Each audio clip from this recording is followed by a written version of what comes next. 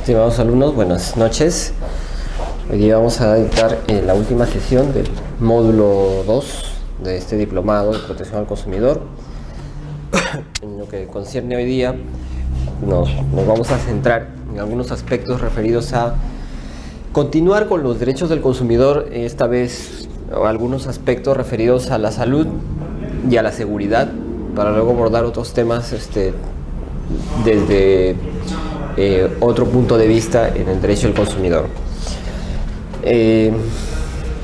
Hay un deber general de seguridad en cuanto a todos los productos que se ofertan en el mercado, ¿no? Tanto los productos y servicios en el mercado, por lo general, no deberían llevar un riesgo, ¿no? No deberían conllevar un riesgo para el consumidor, ¿no? Es decir, en condiciones normales, ¿no? Un producto no podría ser riesgoso para un consumidor, o tampoco podría tener alguna situación o algún implemento o algún elemento que constituya un riesgo para el consumidor. Por ejemplo, si hablamos de un equipo celular, se entiende que no genera ningún riesgo para nosotros, ¿no? En condiciones normales, desde el uso normal de un celular, nosotros no tendríamos por qué tener una incertidumbre del daño que nos puede ocasionar, ya sea a nuestra integridad física o ya sea a nuestra salud. De igual manera, no podríamos considerar que un vehículo en condiciones normales represente un riesgo para la seguridad de quien lo maneja. Nuevamente, en condiciones normales, ¿no? Entonces, el deber de seguridad, el deber general de seguridad, implica que un producto, por lo general, no debe conllevar riesgos, ¿no? Tiene que ser un producto inocuo y no generar tanto inseguridad o afectación a la salud de las personas, ¿no? El ejemplo clásico de esto podría ser, pues, un refrigerador que adquirimos. No podemos imaginar que al momento de pasar por la puerta del refrigerador, vaya a generar que nos electrocutemos. O sea, eso es impensable. O sea, en condiciones normales eso no debería pasar. No obstante, si es que un producto, ¿no? Por eso este es un deber general de seguridad, y si un producto presentara alguna anomalía que no es típica, en todo caso algo que no tiene nada que ver con algo usual del producto, entonces ahí habrá un problema de idoneidad. Este producto ya no sería inidóneo. No sé si recuerdan cuando hablamos del deber de idoneidad, ¿no? Decíamos que es la correspondencia que existe entre lo que un consumidor espera y lo que realmente recibe, ¿no? Entonces, de manera que si un producto en condiciones normales ya representa un riesgo injustificado, estaríamos hablando de un producto que no es idóneo, ¿ya? Entonces, por lo general, este artículo puede darnos, como decía, varios ejemplos. El tema de la refrigeradora, el tema del vehículo, ¿no? O sea, yo no podría considerar que por el hecho de ir de pasajero de un bus voy a encontrarme en un riesgo, porque en el normal uso de un vehículo no debería suceder, ¿no? ¿Cuál sería el uso anormal entonces? ¿Cuál sería el riesgo injustificado o no advertido para mí? O sea, ¿cuándo se estaría vulnerando esta norma general? Cuando el uso no es el correcto. Así es. De manera que el chofer quizá no está haciendo un uso correcto del vehículo y está de repente en una vía que no debe correr a más de 80 o 90 kilómetros por hora, está excediendo la velocidad y está poniendo en riesgo mi vida. Entonces, independientemente de quién efectúe el uso de este bien, es decir, puede ser un tercero, en este caso es el chofer, pero yo estoy como pasajero, ¿no? De igual manera, si estoy fuera del vehículo, yo no puedo pensar, o sea, como peatón, que de repente estando en la calzada o estando cruzar una avenida en semáforo en verde para mí y en rojo para el vehículo, entonces no podría esperar que ese vehículo me atropelle, ¿no? Para decirle un ejemplo mucho más amplio, ¿no? Pero ya trasladado al tema del consumidor, el tema del refrigerador, el tema el tema de transporte, ¿no? Que es bastante recurrente.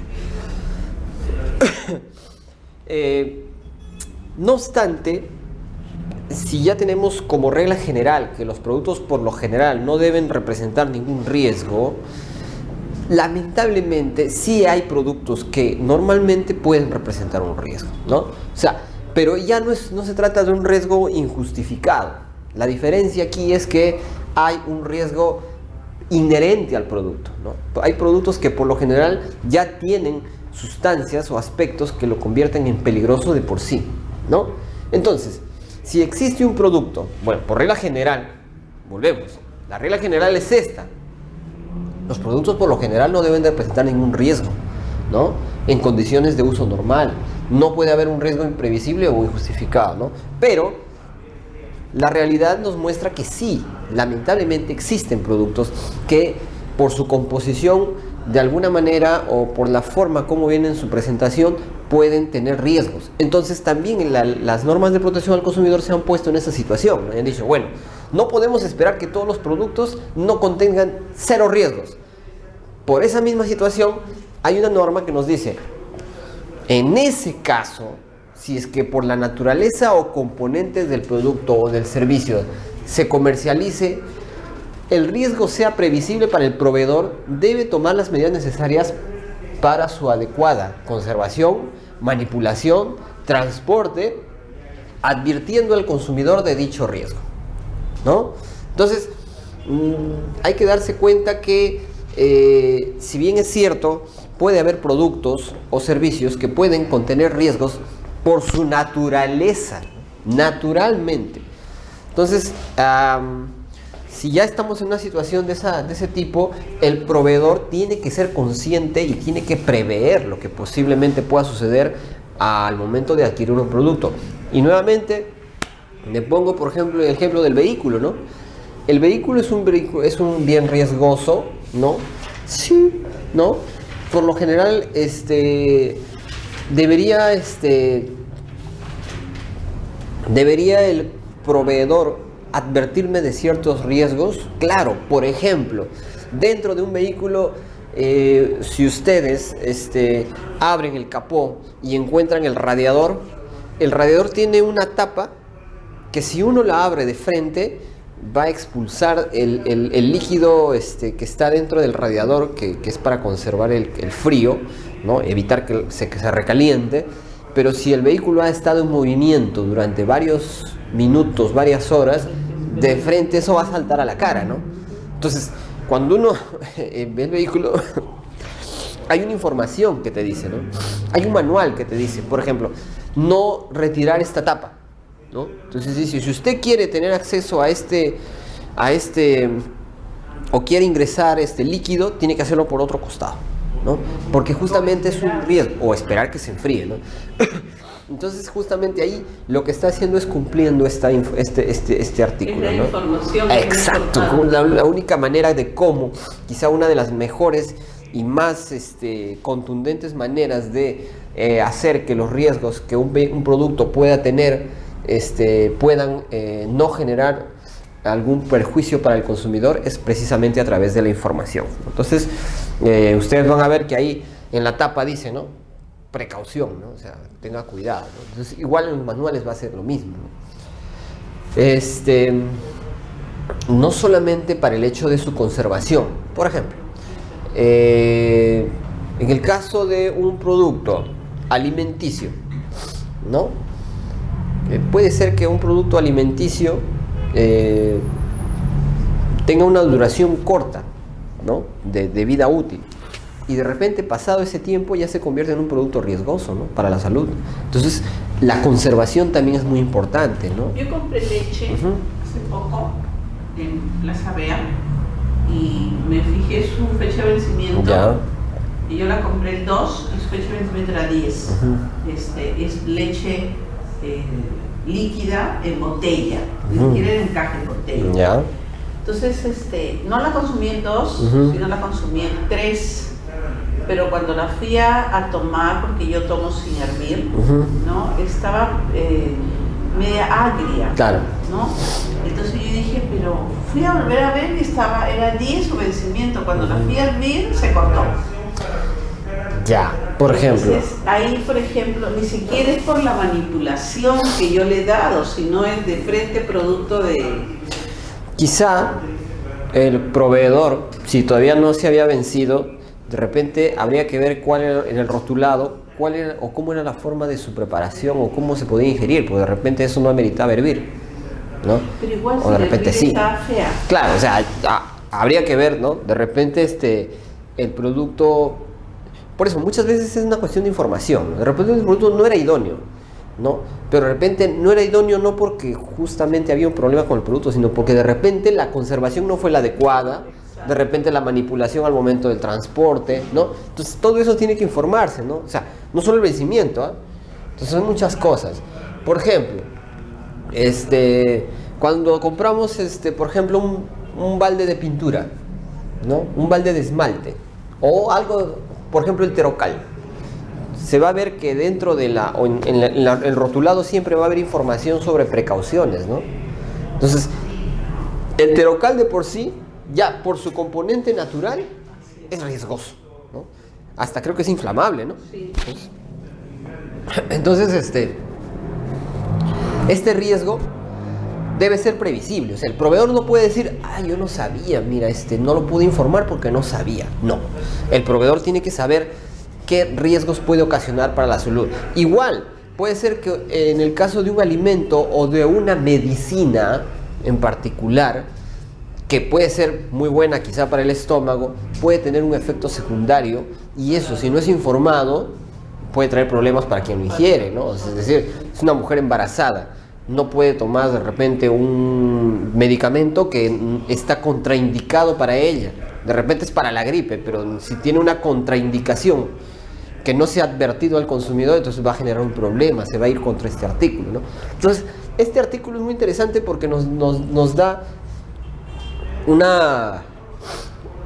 regula cómo un producto que quizá por ser riesgoso de manera natural debe, qué acciones debe tener en cuenta el proveedor al momento de ponerlo en el mercado, ¿no? No me han dado la separata de eso. Ah, sí. Sí, Eso le decimos a la señorita. No, bien, pero no. En todo caso le decimos para que después se le dé. Las acciones a tomar en caso de daño. Y de igual manera, ¿no? No sé qué pasa cuando, por ejemplo, ustedes han visto un shampoo. ¿Qué dice? No poner en contacto con los ojos, dice, ¿no? ¿Y qué pasa si eso sucede? Acudir de inmediato, echar bastante agua, dice, ¿no? Y si no acaba, acudir de inmediato al médico, ¿no? O sea, te da todas las pautas para, en caso de un daño, tomar las medidas del caso, ¿no? Nuevamente decía, herramientas, ¿no? Una herramienta puede ser un martillo, de repente un cuchillo, ¿no? Hay formas de cómo un producto puede ser inocuo aparentemente, pero también por su composición y su situación puede ser riesgoso, ¿no? Entonces, este artículo está pensado justamente para el thinner, por ejemplo, ¿no? El thinner es tan, ¿no? El agua ras, y uno lo ve en la ferretería, lo compra, pero siempre va a haber un rotulado que nos diga, oye, esto es peligroso, ¿no? Aléjala de los niños, ¿no? Entonces hay que tener mucho cuidado con esto. Son productos que a veces son necesarios para la casa. Claro, productos de limpieza, ¿no? Información de productos o sustancias peligrosas. Dice, la comercialización de productos químicos y aquellos que por su composición lleven sustancias o elementos peligrosos debe efectuarse cumpliendo las normas pertinentes, ¿no? Esto es justamente lo que estábamos diciendo, ¿no? Van a haber sectores de productos en los cuales ya se ha normado incluso, ¿no? O sea, estas normas son normas generales, pero la comercialización de productos químicos, como por ejemplo un thinner, está regulada. La comercialización por ejemplo, del mercurio, así nomás no se puede transportar eso, así nomás no se puede llevar de un lugar a otro, y así una serie de... Claro, entonces justamente ahí hay normatividad específica de cómo almacenar, cómo transportar, con qué aspectos de seguridad, ¿no? O sea, una serie de sustancias químicas que no se pueden trasladar así por así en un vehículo, ¿no? O sea, yo no podría llevar en una agencia de transporte de pasajeros podría llevar, por ejemplo, explosivos, ¿no? Eso está prohibido, ¿no? Entonces, ahí también tenemos algunos ejemplos, ¿no? No solamente cumpliendo las normas pertinentes, también empleando envases que garanticen la salud y la seguridad de los consumidores, ¿no? El embalaje es muy importante al momento de comercializar, ¿no? Consignando de forma visible y destacada las indicaciones sobre su uso y las advertencias sobre su manipulación, ¿no? Manipulación, por ejemplo, tenga cuidado, esto es tóxico, ¿no? Siempre, incluso cuando uno alguna vez va por la carretera, ve convoys de vehículos que llevan productos químicos de repente a las empresas mineras, qué sé yo. Y ahí dice, ¿no? Tenga cuidado, productos tóxicos, ¿no? Las mismas cisternas de combustible, ¿qué dice? Combustible, peligro, no fumar, ¿no? Entonces ahí, toda esa información que está sectorizada, el Ministerio de Energía y Minas, por ejemplo, en ese caso, es el encargado de dictar y regular cómo se debe trasladar, por ejemplo, temas de hidrocarburos, ¿no? Entonces, las normas de protección al consumidor indican que para todo ese aspecto tiene que cumplirse todas las normas pertinentes. ¿Qué sucede cuando se contamina el agua? También. El agua, ¿eso también me gusta? No, eso puede ser una infracción, pero no a las normas de protección al consumidor, sino a las normas sobre medio ambiente, ¿no? Hay instituciones que ven en los temas, por ejemplo, el organismo de fiscalización ambiental, ¿no? El OEFA, ¿no? O sea, hay instituciones que se dedican a ver esos temas, ¿no? El Ministerio del Ambiente, ¿no? Por ejemplo, acá ponemos el caso de los desinfectantes, ¿no? El caso de los desinfectantes, de las pinturas, ¿no? Sustancias peligrosas, ¿no? O sea, me tienen que informar cuáles son los riesgos que tiene un desinfectante, porque de repente dice, fuera del alcance de los niños, ¿no? No exponga, no, incluso hay unos que te dicen, no se exponga a la vista, ¿no? No inhale. Incluso los aerosoles también. Supuestamente dan buen olor, pero no. Todo pueden ser tóxicos, ¿no? Claro, esos deshumedecedores, ¿no? También tiene que haber información que nos diga, oye, esto es perjudicial, esto es tóxico, esto no, ¿no? En fin, pasemos a otro tópico, que es protección de los intereses sociales. En este punto, veremos el tema de la discriminación. El tema de la discriminación de los consumidores o en el ámbito del derecho al consumo. Para esto es importante traer a colación un ejemplo, ¿no? La discriminación en el consumo se puede dar antes, durante, antes o durante la prestación del servicio. ¿Me explico? Puede haber un acto de discriminación, ¿ya? Antes que yo ingrese al servicio, antes que yo adquiera el servicio. Y eso es, el caso típico es la negativa que el proveedor me da a acceder a sus servicios. Negativa injustificada, ¿no? Entonces, si yo encuentro que un proveedor no me quiere brindar sus servicios y yo no encuentro una razón justificada, entonces podríamos estar hablando de discriminación. De igual manera, si es que dentro de la comercialización del servicio, ya adquirí el servicio, ya adquirí el producto, pero siento que a mí se me está dando un trato diferenciado, pero injustificado respecto a otros consumidores, podríamos también estar hablando de discriminación. Ejemplos. En el primer supuesto, el caso típico es que yo voy a un restaurante y no me dejan ingresar. Llega una persona a mi costado y sí la dejan ingresar.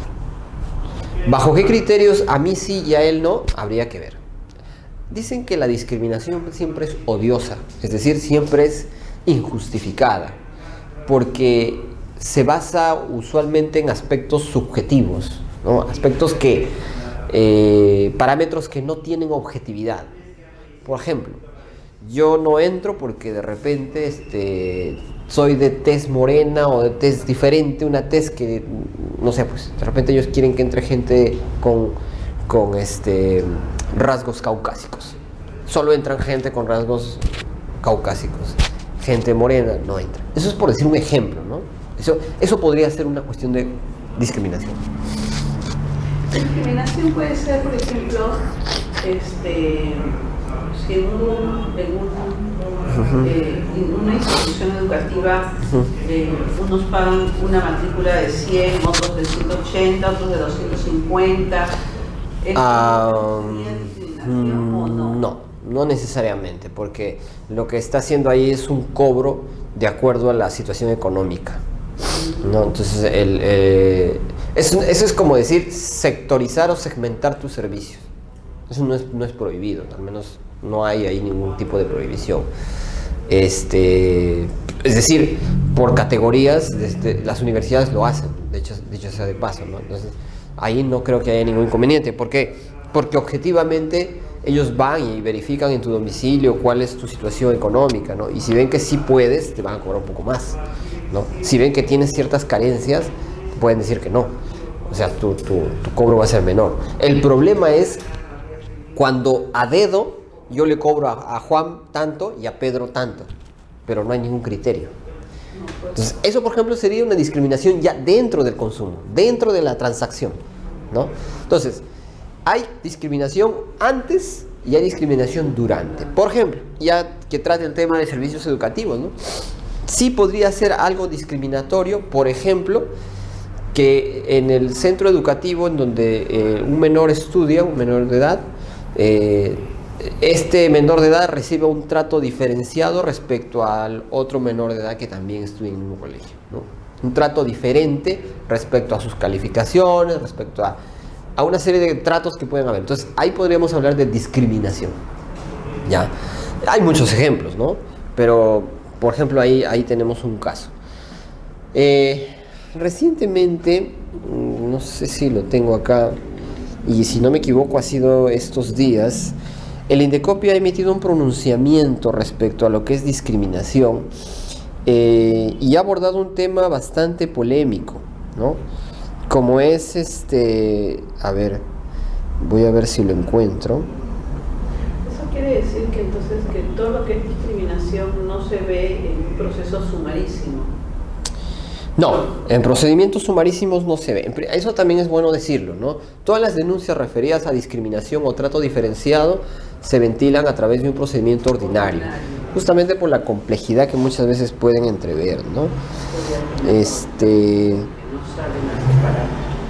Aquí estoy buscándoles la resolución. Hay un pronunciamiento reciente, ¿ya?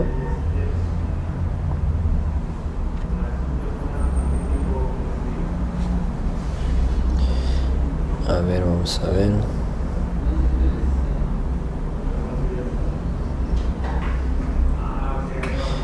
Hay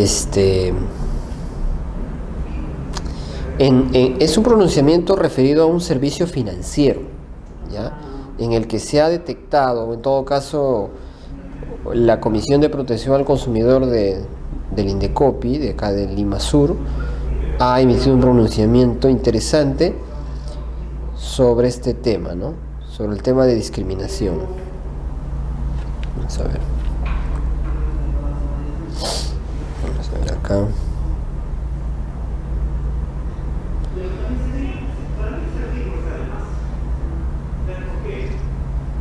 A ver si me disculpan un ratito, ahorita lo voy a ubicar.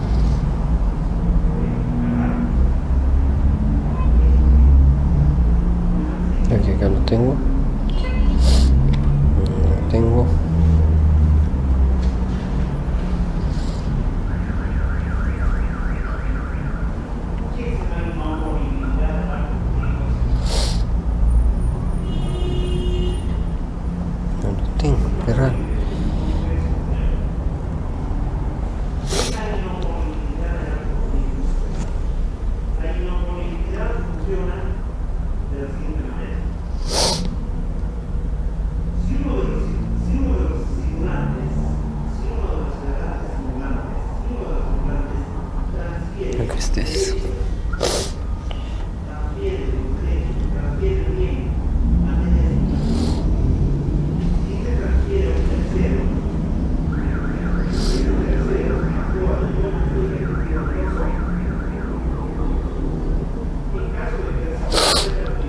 No lo ubico, pero es un caso. Bueno, vamos a ir avanzando.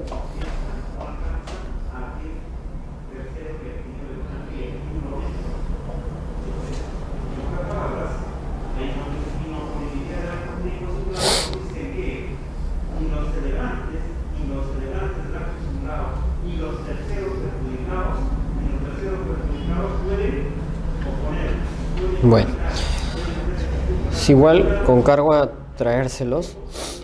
Es un pronunciamiento de primera instancia en el que la comisión ha sancionado a una entidad financiera solamente por el hecho de no otorgarle un crédito a una persona por el tema de su edad, por ser mayor de edad, por ser muy mayor. Entonces, no hay un criterio objetivo por el cual...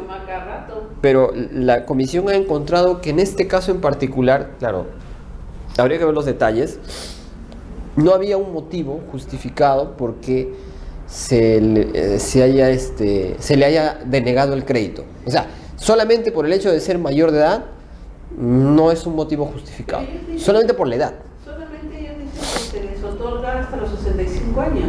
Ya. Hasta los 65 dice que no otorga. Justamente en este caso, una de las comisiones ha encontrado que el hecho de tener una edad avanzada no, per se, no califica. Porque en todo caso puedes tener una edad avanzada, pero de repente tienes patrimonio. Lógico, por ejemplo, tienes patrimonio con qué respaldar. ¿No? Así es. Y la pasada, así es. No, y lo quiso poner el nombre de mi hijo, y mi hijo no, porque era muy joven. Entonces, como vemos, ahí hay un ejemplo de cómo puede darse la discriminación sin justificación. Entonces ahí, por la edad, nada más, ¿no? Por eso es que la norma es clara en decir, los proveedores no pueden establecer discriminación alguna por motivo de origen, raza, sexo, idioma, religión, opinión, condición económica o de cualquier otra índole. Ahí cualquier otra índole podemos decirle edad, ¿no? Respecto de los consumidores, se encuentran estos dentro o expuestos a una relación de consumo. Ojo, importante, dice, dentro o expuesto. Este señor que pedía que le otorguen un crédito bancario o financiero, ¿estaba dentro o estaba fuera de la relación de consumo? Estaba fuera, aún todavía no le daban. Es más, le denegaron el préstamo. Y le deniegan por simplemente tener una edad avanzada. Entonces, justamente ahí es lo que la comisión ha dicho, ¿no? Ahí estás actuando en una situación de discriminación. Otro ejemplo. Otro ejemplo. No, es que son casos puntuales, ¿no? Que llegan a la autoridad de consumo y ha emitido un pronunciamiento. Ojo que existe una ley. La ley es general, esta, ¿no? Pero ya se va sentando jurisprudencia. Ahora, esto es un caso de primera instancia. Lo que estoy trayendo a colación es un caso de primera instancia que, por cierto, está sujeto a que las partes impugnen este caso, ¿no? Sería interesante ver de acá un tiempo si es que la sala o el tribunal confirma esa resolución o la revoca, ¿no?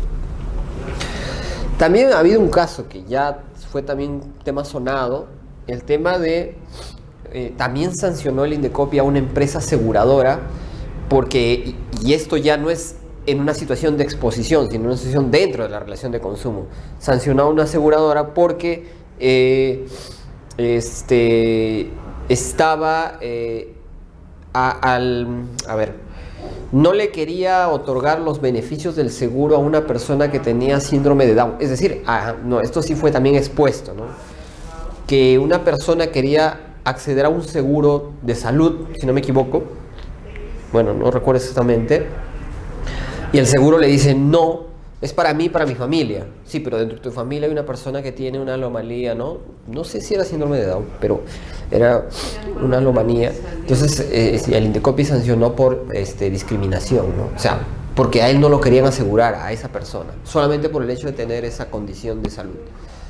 Eso, por ejemplo, también es calificado como una situación de discriminación. Y así son casos puntuales, ¿ah? El típico caso de que no te dejan entrar a la discoteca, ¿no? Entonces, si te dan una serie de motivos que no son justificados. Ya vamos a ver en adelante cuáles son los motivos por los cuales sí podría haber una suerte de trato diferenciado, ¿no? Que no sería discriminación. La discriminación nunca va a ser objetiva. Nunca un acto de discriminación puede ser acorde con la norma. Nunca. Lo que si no es discriminación, tiene otro nombre: trato diferenciado. Y el trato diferenciado puede ser justificado e injustificado, ¿ya? Entonces, está prohibida la exclusión de personas sin que se medien causas de seguridad del establecimiento o tranquilidad de sus clientes u otros motivos similares. Se está refiriendo puntualmente al tema de que, por ejemplo, existe un usuario de un establecimiento comercial, por ejemplo, un casino, tragamonedas, que de repente es cliente, pero de repente en un momento dado se comporta agresivamente con el personal o con los clientes, o está bebido, ¿no? Llega en condiciones de ebriedad. Entonces, de repente a la próxima no lo van a dejar entrar, o lo retiran del local.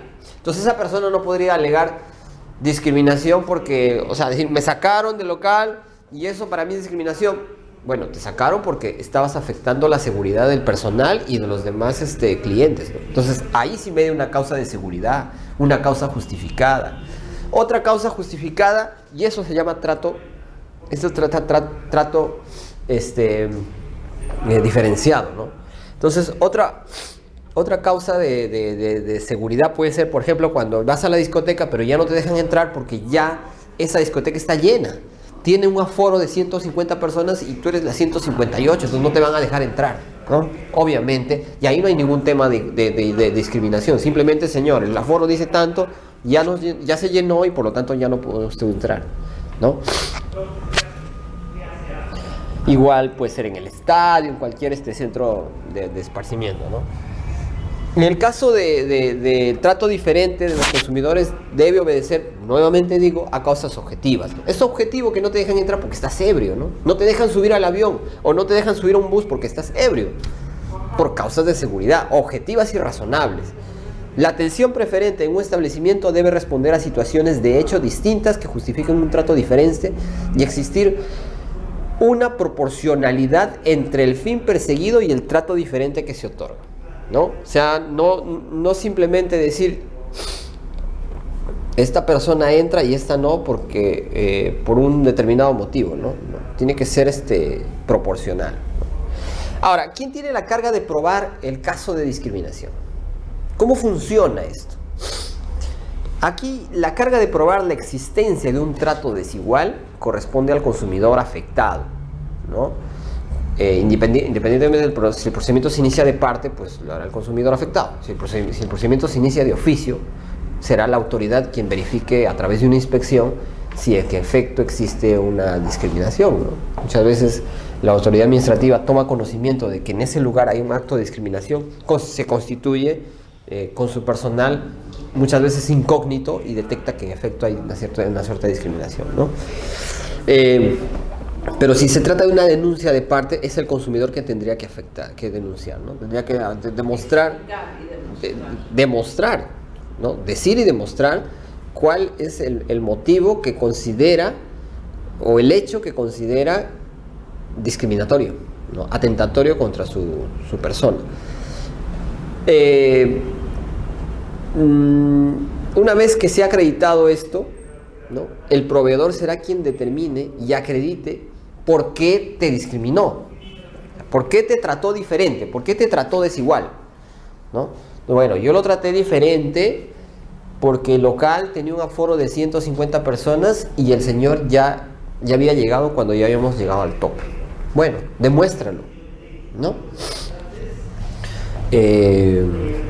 Nuevamente, el caso de la discoteca, ¿no? No me dejan entrar. Bueno, ya se probó que no dejan entrar a determinadas personas. ¿Y por qué no lo dejan entrar? El proveedor tendrá que demostrar y tendrá que decir, bueno, no dejamos entrar a esta persona porque ha tenido comportamientos inadecuados, ha tenido un comportamiento agresivo con el personal, con los clientes. Por tanto, no se le deja ingresar. Entonces, ¿cómo tendrá que demostrarse, ¿no? Recuerdo que alguna vez hubo un caso en el que una persona denunciaba a cierta discoteca porque no la dejaba ingresar. En efecto, se hizo la inspección y se comprobó que no le permitían el acceso. A otras personas sí, y a esa persona en particular no. Cuando se levanta el acta, se deja constancia de esta situación y ese acta se incorpora a un expediente, porque era una denuncia de parte. Cuando la empresa propietaria del local presenta su descargo, indica que en efecto no dejan ingresar a esta persona porque esta persona había trabajado con ellos. Y no por el hecho de haber trabajado, sino que habiendo trabajado dentro del local, en alguna oportunidad había tenido una discusión y una pelea con una persona, un cliente del establecimiento. Hablamos de una discoteca. Esta chica de alguna forma trabajaba en este local, ¿no? Y se había tenido un altercado con un usuario, con un cliente de la discoteca. Entonces, y eso estaba documentado. Órdenes de ocurrencia, denuncias policiales, ¿no?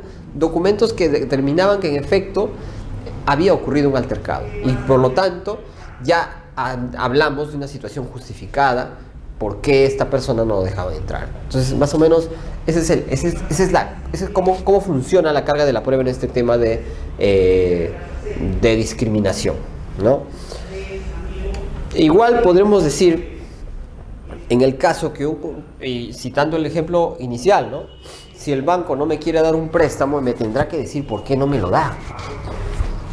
Y si me dice, bueno, no te doy porque tú estás calificado ante la central de riesgo como dudoso o como pérdida. Y por políticas de mi empresa yo no le puedo dar crédito a una persona que está reportada negativamente ante las centrales de riesgo. Porque yo no puedo dar créditos a cualquier persona porque tengo que ver cómo voy a recuperar ese dinero. Entonces, ese es el tema. Entonces, ahí sí apreciamos un aspecto objetivo, ¿no? Ahí el banco no está actuando con un criterio subjetivo o no se sabe qué criterio. Ahí acudimos a una base de datos de la central de riesgo de la SBS y ahí se va a ver que en efecto estoy reportado. Entonces, el banco no está cometiendo ninguna arbitrariedad, ¿no? Ahí, por ejemplo, sí estaría... Distinto fuera el caso que el reporte estuviera mal, ¿no? Entonces, nuevamente decimos, ¿no? Si el proveedor demuestra la existencia de una causa objetiva y razonable, le corresponde a la otra parte probar que en realidad un pretexto o una simulación para incurrir en prácticas discriminatorias. Para efectos de esta situación es válida la utilización de indicios u otros sucedáneos. Mucho funciona acá el tema de la teoría de los indicios, porque usualmente estas acciones, estos hechos, no suelen ser necesariamente, no pueden ser grabados toda la vida, ¿no? O sea, nadie necesariamente anda yendo a un centro comercial con su cámara de video, ¿no? Entonces, para ello existen los sucedáneos, los indicios que nos van indicando si es que efectivamente hubo discriminación o no, ¿no? Y si no es discriminación, ¿qué será? Porque de todas maneras me están dando un trato desigual, ¿no? O sea, a esta señorita que no la dejaban entrar a la discoteca le estaban dando un trato desigual a los demás. ¿Qué se llama eso? Es un trato diferenciado, pero puede ser justificado o injustificado, ¿no? Todo trato diferenciado, injustificado, podría ser discriminación. Podría, no siempre, ¿no? Porque para que sea discriminación tiene que tener un componente subjetivo. Puede ser que la diferenciación, el trato diferenciado sea injustificado, puede ser puede ser una infracción a las normas de protección al consumidor, pero no necesariamente llega a ser discriminación, ¿ya? Entonces, ¿cómo entonces se supera esta situación, ¿no? ¿Cómo es que el proveedor puede, el proveedor podría establecer un trato diferenciado a sus clientes, ¿no? Para esto es importante decir que el proveedor tiene que informar. A esta discoteca solamente van a entrar 150 personas. Pasado ese límite nadie más podría ingresar y debe estar en un letrero en la puerta del local, ¿no? A esta fiesta solamente se ingresa con traje sport elegante, ¿no? Pero eso tiene que estar informado. No puede ser que eso no se informe al consumidor, ¿ya? Por tanto, la norma ha establecido que los establecimientos abiertos al público que establezcan restricciones objetivas, justificadas de acceso a sus instalaciones, tienen la obligación de informar dichas restricciones a los consumidores, ¿ya? Esta forma de informar tiene que ser directa, tiene que ser clara y tiene que ser oportuna, en forma previa al acto de consumo. Es decir, a mí no me tienen que decir, si a mí me informan, o por ejemplo, ingreso a un restaurante y no me dicen, o por ejemplo, me ponen un letrero de Visa y cuando estoy adentro me dicen, no hay Visa, no tenemos este sistema. Eso es un problema, ¿no? Entonces podría generarse claro, o sea, ahí podría haber un problema, ¿no? Entonces ya estaríamos, ya sea ante un trato diferenciado o ante un tema de idoneidad, ¿no? También podría ser. Entonces todo se supera con la información, ¿no? Porque si yo doy un trato diferenciado y no he informado previamente, aun cuando eso no sea, como decía hace un momento, aun cuando ese trato diferenciado no sea discriminación, sí es un trato diferenciado injustificado. Y eso sí amerita una responsabilidad, sí es sancionable. Porque no me informaron, pues, ¿no? De repente, en efecto, la práctica que desarrolla este proveedor de no otorgarle créditos a determinadas personas por ser simplemente morosas, eso debe estar informado, ¿no? Es decir, oiga, mi local técnicamente no soporta más de 200 personas, ¿no? Yo a este señor no lo dejé entrar porque era la persona 203. Y así como él, habrían 3 personas que yo no las dejé entrar. Y si quiere usted entre a mi local y entre con peritos y yo voy a demostrar que aquí no entran más de 200 almas. Ah, muy bien. De repente demuestra que en efecto es así. Pero ¿dónde está la infracción? En no haberle informado quizá a ese consumidor previamente que si iba a esta discoteca y la encontraba con aforo lleno, entonces ya no podía ingresar. Pero como vamos a la fachada y no vemos nada, ya podemos concluir que hay una infracción al deber de idoneidad o que se está dando un trato diferenciado injustificado, ¿no? No estamos ante un tema de discriminación necesariamente.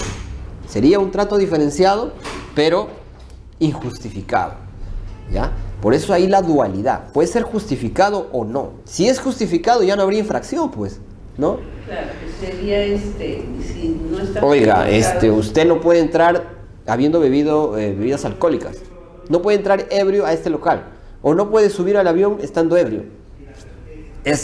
No solamente es justificado, sino es razonable, ¿no? Es razonable. Entonces, puede ser que la medida que han tomado pueda no ser muy razonable que digamos, pero si ya me la informaron, ya no hay problema. O sea, yo tendría que haber asumido trato diferenciado o injustificado. Y eso sí es una infracción. No llega a ser discriminación necesariamente, ¿ya? ¿O sería infracción a la idoneidad? Podría ser al deber de idoneidad, pero más a esta norma. A esta norma en particular. Porque esta norma es la que dice que debe superarse el trato desigual o el trato diferenciado. Si no se informa, entonces ya estamos en un problema, ¿no?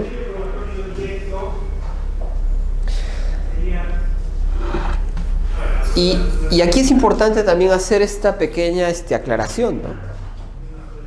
Porque siempre va a haber esta confusión, ¿no? Trato preferente. Ojo, una cosa es trato diferenciado y otra cosa es trato preferente, ¿ya? Trato diferenciado es porque me dan un trato desigual a los demás. Pero si es justificado, no hay ninguna infracción. Esto es una ley. Esto es el código de consumo. No, pero... de hecho que hay normas. Claro, de hecho que esto se complementa con las normas. En el banco no se cumple eso. Por eso, hay normas, ¿no? Hay normas referentes a este tema. El proveedor, por lo tanto, está obligado a garantizar la atención preferente de gestantes, de niños, niñas, adultos mayores, personas con discapacidad. Es obligación. El proveedor tiene que darme acceso a través de una rampa a su local, ¿no? El proveedor tiene la obligación de, si yo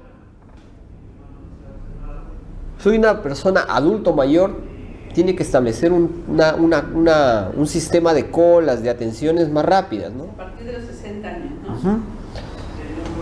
Igual cuando es una persona gestante, ¿no? No hacen cola por lo general, la cola es más rápida para ellos, ¿no? Entonces, ese es trato preferente. Y ahí no podemos hablar de discriminación, ¿no? ¿O sí? No, pues porque eso es un trato... Eso no es más que un trato... Claro. Eso no es más que un trato diferenciado justificado, en otras palabras. Es un trato diferenciado pero justificado, ¿no? Por eso, pero se llama trato preferente, ¿no?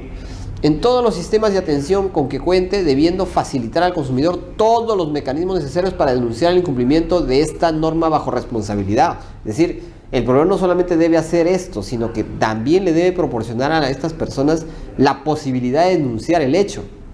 ¿Y cómo lo podría hacer? ¿Cómo lo podría hacer un consumidor? Por ejemplo, consumidor, una madre gestante que se siente vulnerada en este derecho, le han hecho hacer cola. ¿Cómo podría ejercer este derecho? Tomarle fotos. Así que está haciendo. Por un lado, tomar fotos, pero también podría grabar un video o dejar constancia en el libro de reclamaciones. No olvidar eso. El libro de reclamaciones es importante. En la empresa de Oriflame, yo reclamé eso. Y la señorita de seguridad me dijo de que no, que en esa empresa no había ningún trato preferente, que todos son iguales y que tengan su cola. ¿Pero trato preferente para qué? Para pagar, para que atiendan, ¿no? Para no estar esperando. Claro. Y me dijo que no, que todos tienen que esperar, dijo. Claro, pero ahí justamente la norma, y esto solamente es el aspecto general que está discriminación, trato preferente en el consumo. En el consumo, o sea, esto es para los casos de empresas con respecto a sus clientes consumidores. Pero hay una norma general sobre el tema de discapacitados, el tema del CONADIS, hay una institución también, el CONADIS, ¿no? Entonces, este tema está el Consejo Nacional de Discapacidad. ¿Ya? Entonces, si no me equivoco, depende del Ministerio de la Mujer y Poblaciones Vulnerables, si no me equivoco. Entonces, o el Ministerio de Inclusión Social, pero bueno, sí depende de un sector. De todos modos, este trato preferente del que hablamos no es más que un trato diferenciado justificado. Lo que pasa es que las personas no conocen sus derechos. Entonces aquí podrían denunciar. Sí. O sea, es un tema básicamente y posiblemente denunciable. En el caso del trato preferente, el proveedor debe consignar en un lugar visible de fácil acceso y con caracteres legibles su derecho a la atención preferente, ¿no? Eso por un lado. Por otro lado, adecuar su infraestructura en lo que corresponda e implementar medidas garantizando su acceso y seguridad, ¿no? Por ejemplo, en otros países, y esto es un aspecto importante, por ejemplo, cuando uno va a cruzar la pista, no solamente los semáforos se ponen en un color verde para el peatón, sino que además existe un sonido que emite el semáforo. Hay un sonido que le da a entender al peatón, ya, claro, que puede pasar.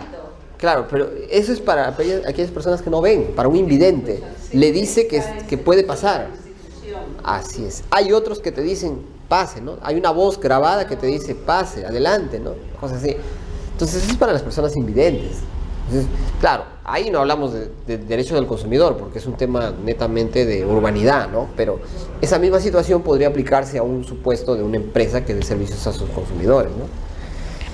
Exonerarlos de turnos o cualquier otro mecanismo de espera, ¿no? Implementar un mecanismo de presentación de quejas contra quienes incumplan esta disposición. Esto está acorde con las normas de discapacitados, ¿no? El proveedor que incumple lo establecido en esta norma y otras disposiciones sobre la materia es sancionado conforme a los procedimientos de leyes especiales. ¿Qué sucede, por ejemplo, en todos los estacionamientos que simplemente ponen discapacitados y no ponen para las mujeres gestantes? No, se entiende. Mayores de edad. Yo creo que se entiende, ¿no? Yo tuve un incidente porque yo estacioné, ¿no?, en una de esas zonas preferentes, decía discapacidad. Ya. Pero yo estaba con mi madre, que tiene 85 años, estaba mi hija gestando y encima estaba con la otra guaguita, ¿no? Entonces yo estacioné y me vino mi madre y me relegaron. Entonces yo le dije, pero es que, le digo, mira, sí, pero es que usted se ha estacionado en discapacidad. Estacionase donde sea, pues, pero no había, le decía yo, ¿no? Y al final, bueno, felizmente que el señor de mi costado ya llegó a salir al costado, ¿no? Pero me pareció ilógico lo que me decían, porque no había el dibujito que decía embarazada, claro, o anciana. Entonces, y no lo ponen, ¿ah? Se entiende de manera general, ¿ah? Pero no lo ponen. Ese es un trato preferente. No, yo también lo entendía así, eso para decirlo, trato preferente. Ya que el dibujito diga un discapacitado es diferente, pero es trato preferente. Y usted se da cuenta cuáles son las personas que tienen trato preferente. ¿Ya? Y la verdad que me fastidió porque hasta me pusieron ese sticker de los que ponen en San Isidro. Yo me fui a San Isidro y le dije, venga, le dije, mire, le dije, no lo estoy mintiendo. ¿Por qué usted ha puesto? Le dije, no, es que las vecinas. Claro. Me pareció ilógico. Bueno, sí, o sea, necesariamente el proveedor tiene que saber, ¿no? Saber. Sí. Tratar ese tema. Sí, tiene que manejar ese asunto, de alguna manera, tiene que informarlo destacadamente, en todo caso, ¿no? Sí, Destacadamente, así es. Sí, eso es complicado, no debe suceder eso. Bueno, pasemos a otro tópico que también estaba pendiente, y es el referente a las centrales de riego. También creo que hemos hablado ya de este punto. Sí. Nada más para concluir algún tema que quería mencionar respecto a lo que es centrales de riesgo, y es que hay ciertas novedades que ha traído el Código de Consumo respecto a este tema, que no tenía la normatividad anterior. Por ejemplo, hay en adelante el derecho de todo consumidor a conocer los datos, el contenido y las anotaciones de su historial crediticio, registrado en las centrales de riesgo en forma gratuita, mediante la visualización en pantalla y cuando lo considere necesario. ¿Ya? Es decir, el consumidor tiene derecho a acceder al historial crediticio registrado en las centrales de riesgo de forma gratuita, ¿no? O sea, cualquier consumidor tiene este derecho, ¿no?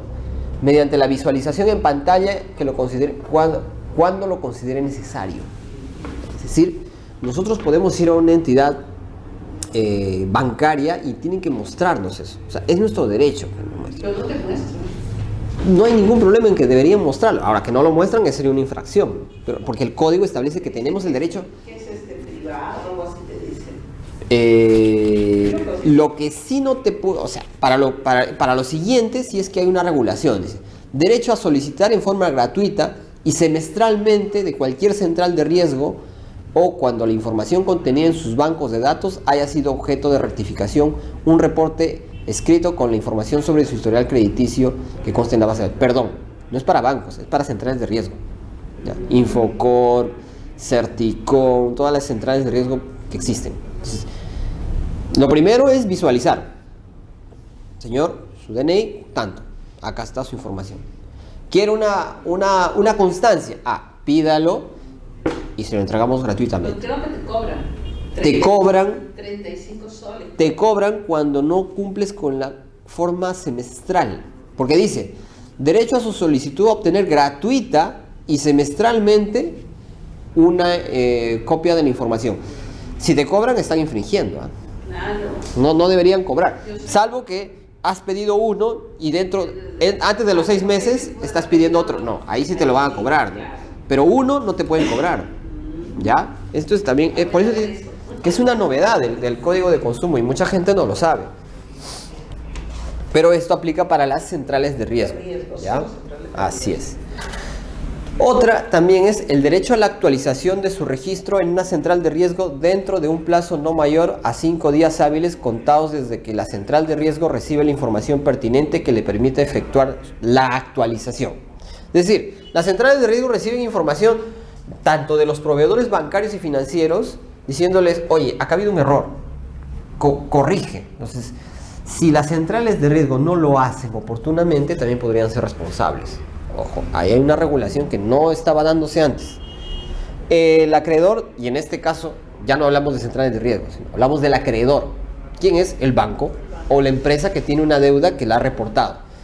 El acreedor tiene la obligación de informar oportunamente en los plazos previstos en la normativa correspondiente a las centrales de riesgos a las que reportó el deudor moroso, en el momento en que éste haya cancelado su obligación para el registro respectivo. Es decir, por ejemplo, el banco X ha reportado a todos sus clientes en el periodo anterior. De repente hubo uno, Juan Pérez, que fue reportado como dudoso, una calificación no normal, sino dudoso, por una deuda que tiene y que es una deuda que está vencida.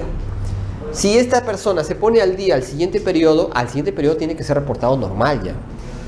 Pero luego no lo hace, ¿no? Debería estar reportado. Si no lo hace, responsabilidad del acreedor, en este caso del banco. Ojo que las centrales de riesgo privadas no necesariamente reflejan información de los bancos, nada más, sino también pueden reflejar otro tipo de información de empresas. Ahora, la información de los bancos, ¿de dónde la obtienen? La obtienen de la central de riesgo de la SBS, que es estatal y es pública. Entonces, de allí se alimentan de información las centrales de riesgo privadas. O sea, en la SBS también uno puede ir y pedir su estado de... Así es. La SBS sí solamente tiene información de entidades financieras, bancarias y supervisadas por ellos.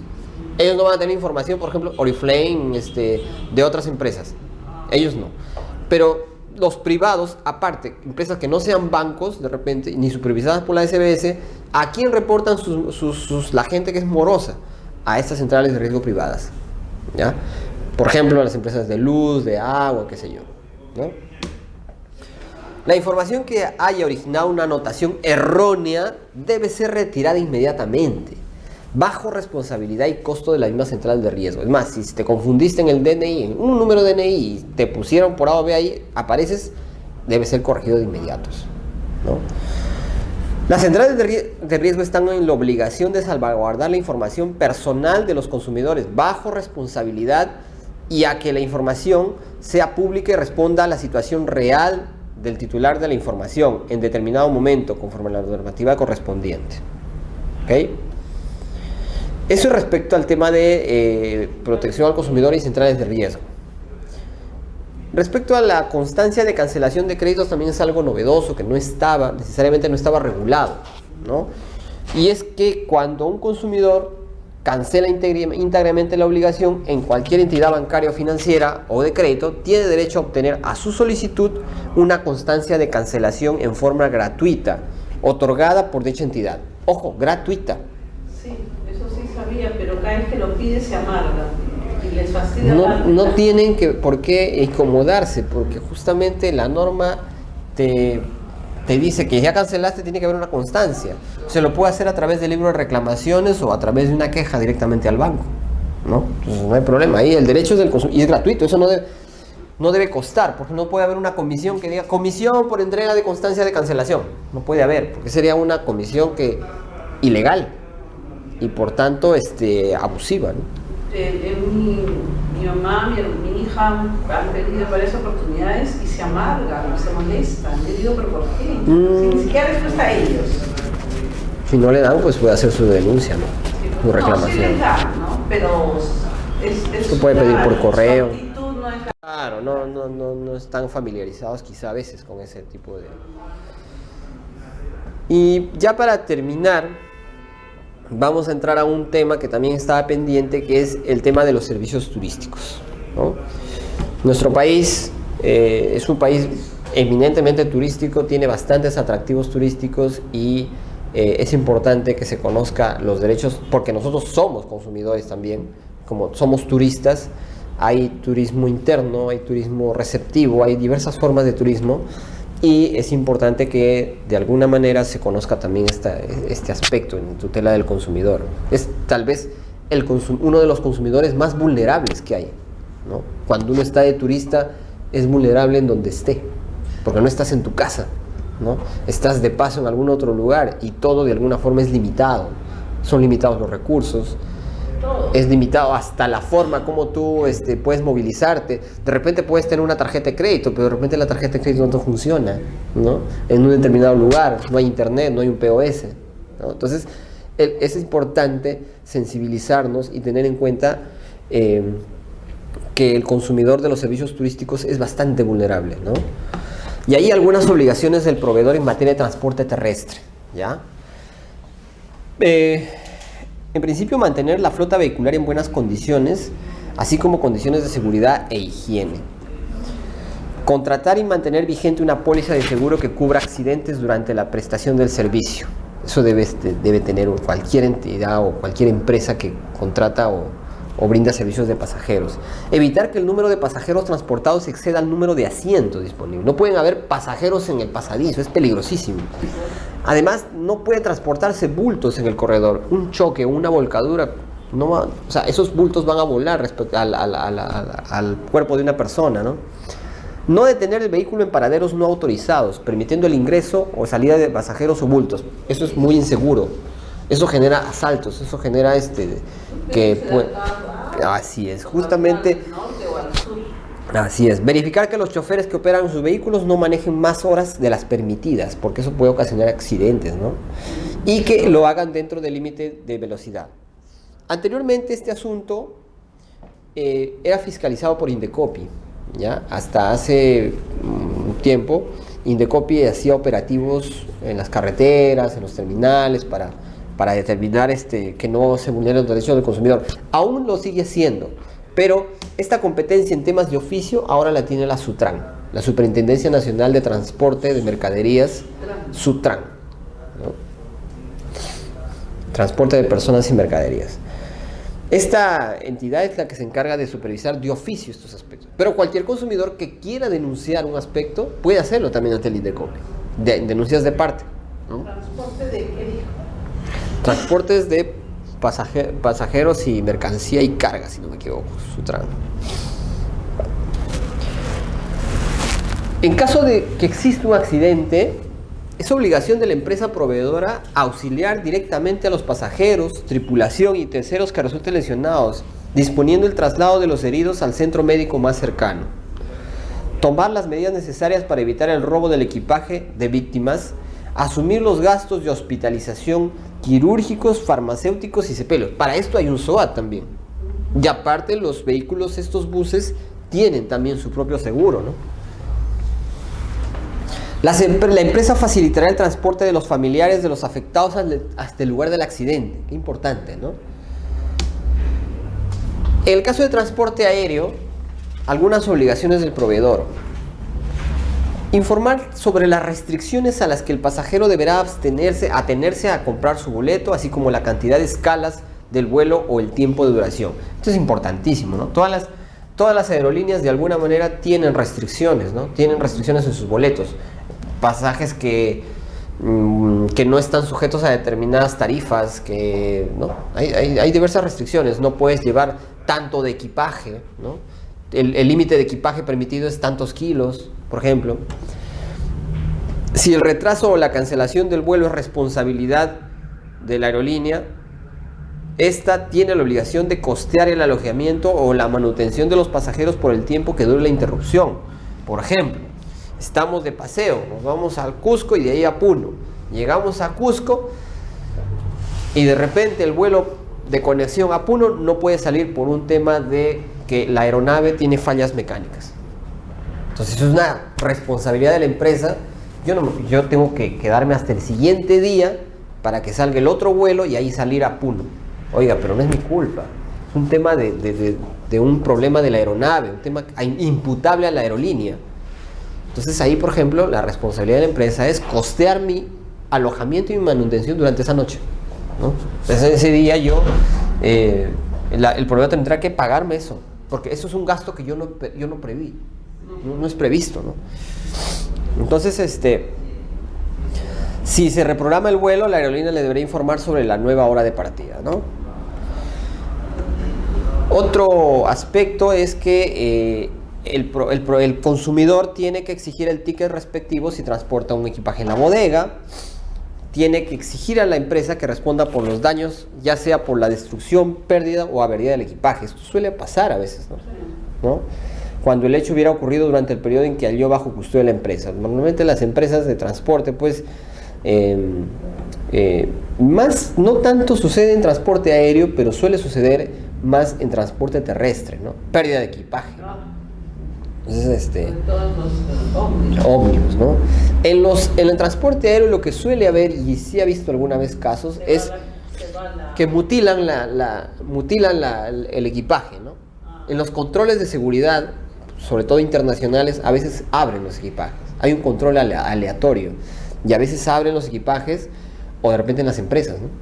Abren el equipaje y rompen candados, rompen cierres, ¿no? Entonces ahí hay un problema, ¿no? O se va a otra ciudad. También.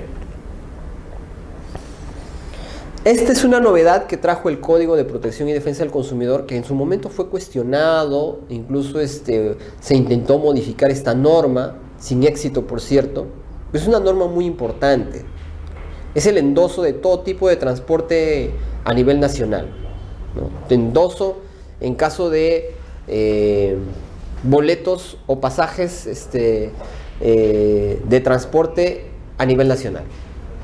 Y es que lo que nos dice esta norma es que todo consumidor, ¿no?, puede, o en todo caso tiene el derecho de transferir o endosar la titularidad del servicio adquirido a favor de otro consumidor plenamente identificado, o postergar la realización del servicio en las mismas condiciones pactadas,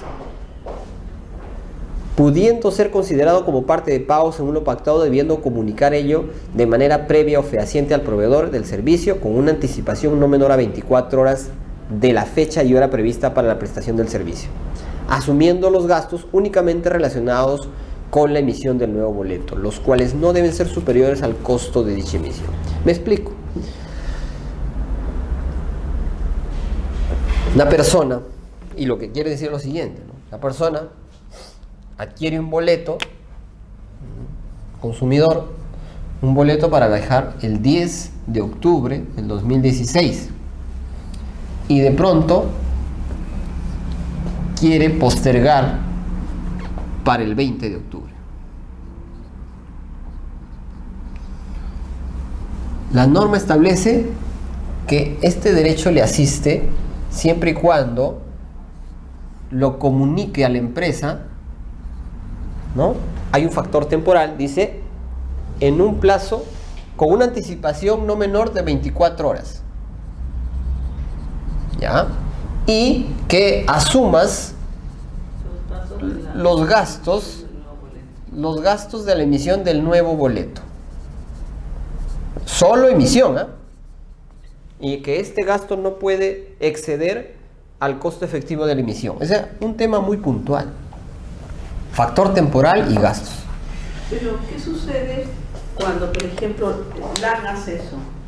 LAN te vende un pasaje de promoción a una fecha, y tanto de ida como de venida. El round trip. Pero si tú quieres cambiar la fecha, por decir, de venida, no te la acepta. Que justamente esta norma es para ese tipo de casos. O sea, tú puedes endosar, ojo, la modalidad, esta es una modalidad, esto se llama transferir, ¿no? Pero también podrías endosar, el boleto que compró A, lo puede endosar a B. Ya. Lo que pasa es que hay cláusulas en el boleto que dicen que hay determinados boletos que no son transferibles ni endosables, pero esta norma rompe con eso, rompe con eso. Debe ser para los boletos que tienen el costo. No, es para todos. Así. Esto es para todos. Pero no te, o sea, te tiene que permitir y tienes que pagar solamente, tiene que cumplir esto nomás. No puede cobrarte penalidad, no puede, no, salvo que sea internacional, porque esto es a nivel nacional. Yo me viajé a Cusco y no podía, ese Debe poder. día lo avisé y al día siguiente viajé. Por eso, pues 24 horas antes. ¿Es eso? Todo esto. Antes de 24 horas, mucho Ya, sabía. entonces sí Me deberían dijeron, acceder. no, y al final tuve que comprar otro boleto. Debería dejar constancia. ¿Cómo dejó constancia? No, Claro, la eso ignorancia, es, la idea es dejar constancia para poder después denunciar, porque la empresa no puede hacer esto. O sea, no puede ir contra esta norma. Esto es no solamente aéreo, también es terrestre y cualquier otra vía de transporte a nivel nacional. No. Esta norma está vigente y no ha quedado, no ha sido derogada, está todavía vigente y es muy importante, ¿no? En el tema de salud, en el tema de transporte internacional sí, ahí sí rigen otros convenios, ¿no? Ahí sí es otra cosa, ¿no? También también en el tema de servicios de hospedaje hay algunas obligaciones del proveedor, ¿no? Una pregunta, Sí, sí. y si en el boleto te dice que efectivamente tú no puedes, ese tipo de boleto no lo puedes transferir, no puedes hacer nada, hay que aceptarlo, porque No. está escrito tampoco. No, esa sería una cláusula abusiva. Esa cláusula estaría es infringiendo como- directamente esta norma. Ah, En la clase pasada vimos qué cláusulas pueden ser abusivas y dentro de una del tipo de cláusula abusiva es aquella que infrinja abiertamente una norma de carácter legal. Y esta es una ley.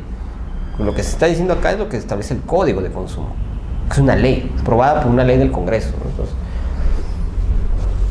informar sobre los plazos para la confirmación o desistimiento de la reserva en las penalidades también. En el caso de hospedajes hay mucho que ver, hay más que todo este tema de información, ¿no? Me tienen que informar cuánto tengo de tiempo para confirmar, qué pasa si yo me desisto de la reserva, informar oportunamente la existencia de algún recargo por pago con tarjeta de crédito, colocar en lugares visibles el reglamento, ¿no han visto ustedes siempre en un hotel ahí el reglamento? Porque es una obligación de tenerla allí.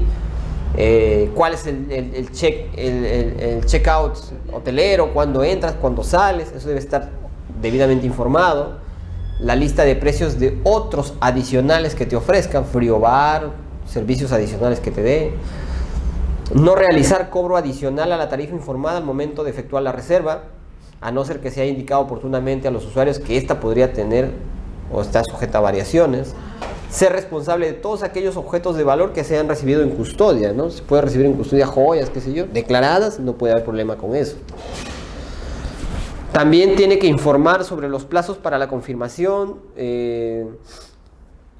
Bueno, esto ya lo dijimos. No realizar cobro, ya también se dijo, aquí estamos repitiendo.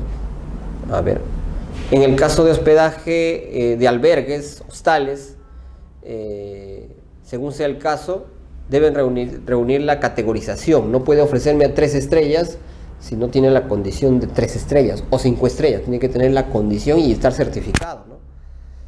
A solicitar un código de reserva, ese es el derecho al consumidor, ¿no? A solicitar un código de reserva al momento de realizar una reservación, ¿no? Que le informen previamente los costos adicionales por el uso de teléfono, televisión, cable, video, frigobar, entre otros, ¿no? Me dicen por internet, el de internet cuesta, me tienen que informar previamente. Que todo lo ofrecido antes de contratar el servicio de hospedaje se encuentre operativo, agua caliente, televisión, artículos de aseo personal, entre otros, ¿no? En el tema de agencias de viajes, también bastante importante, tomar previsión sobre la contratación de los transportes de servicios que ofrecen a sus programas, asegurarse de la disponibilidad de los lugares que serán visitados a fin de evitar problemas en el cumplimiento de los itinerarios y horarios, mantener un contacto con los operadores sobre la correcta prestación del servicio, ¿no? La agencia de viajes tiene que estar en contacto ya sea con el restaurante, con la agencia de transportes, con todos aquellos que van a prestar el servicio, ¿no?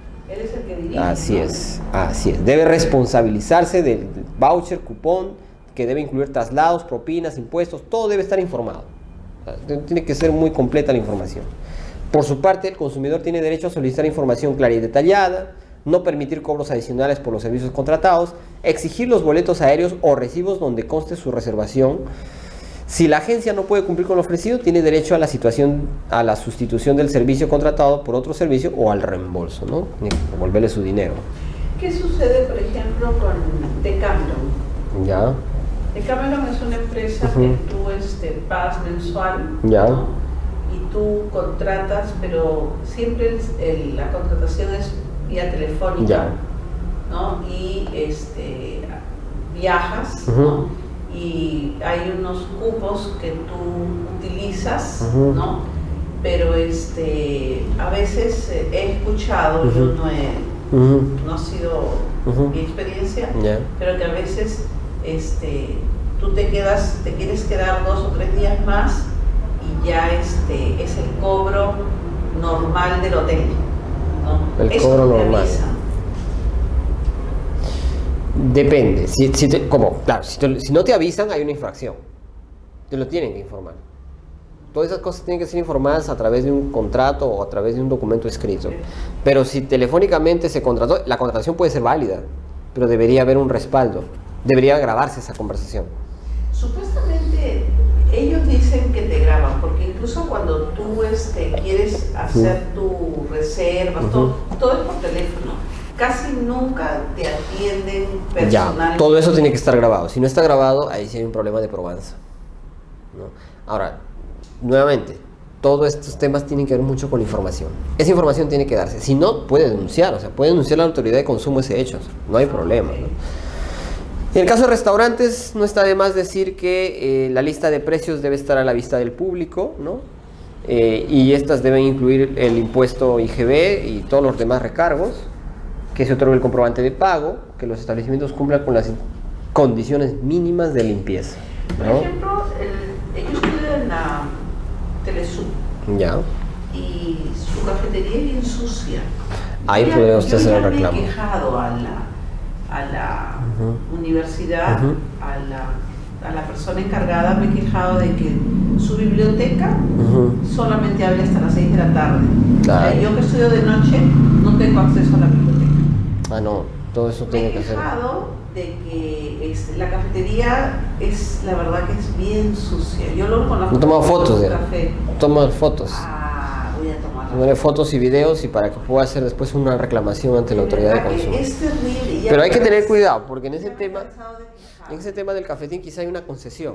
Por un lado está la universidad y también el concesionario. Entonces pero puede haber una responsabilidad compartida, quizá. quizá. Se supone que si tú Así haces es. una concesión es porque es una persona idónea. Así es. Puede ser. No le puedes dar Estás afectando ahí al consumidor. Claro, al menos a Así mí ayer, hoy día que es martes, sí, ayer me tocó. Así es. La verdad que yo le dije a mis compañeros, ¿cómo nos vamos a poder sentar en esta mesa? Mire, está toda cochina.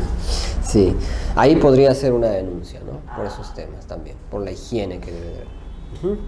Bueno, estimados amigos, con eso damos por concluido esta sesión. Muchas gracias.